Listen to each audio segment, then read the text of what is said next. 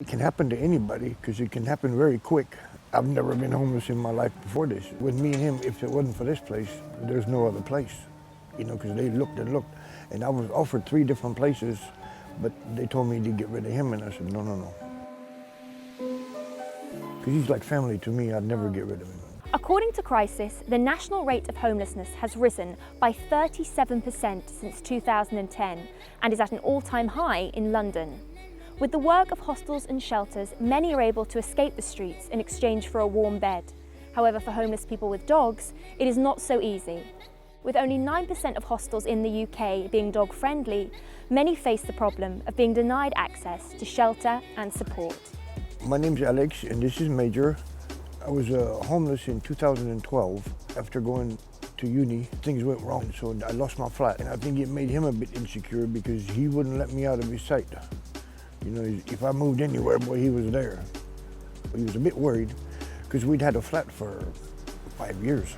So all of a sudden, not to have no place is a bit odd.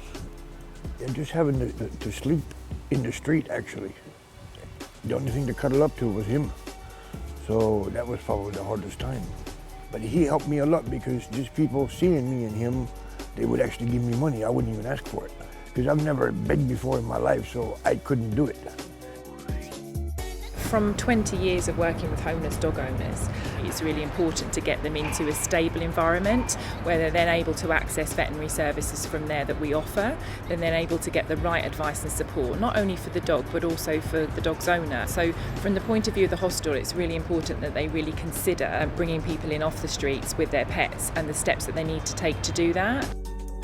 St Mungo's Broadway is a charity helping homeless people. We help 2,500 people every night, and that's 25,000 every year. We do allow people who are dog owners to come in. I think it's very beneficial because if you ask a homeless person who's a dog owner, you can choose a hostel or your dog. Most people will choose to stay with their dog and give up their accommodation space.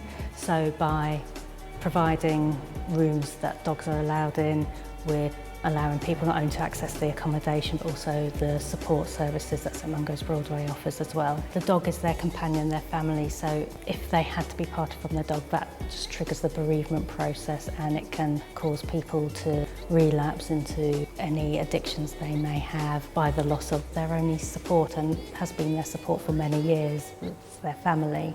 Homeless owners will go to great lengths to stay with their dogs. We know that when faced with having to go into a hostel or give up their pet or stay on the streets, they'll stay on the streets. It's clear that this initiative benefits not only the residents, but the dogs themselves.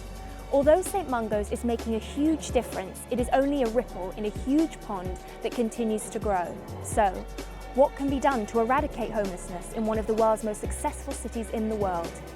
Here's what Alex thinks. Well, don't cut any funds like St. Mungo's because those are the last lifelines for people that are in trouble.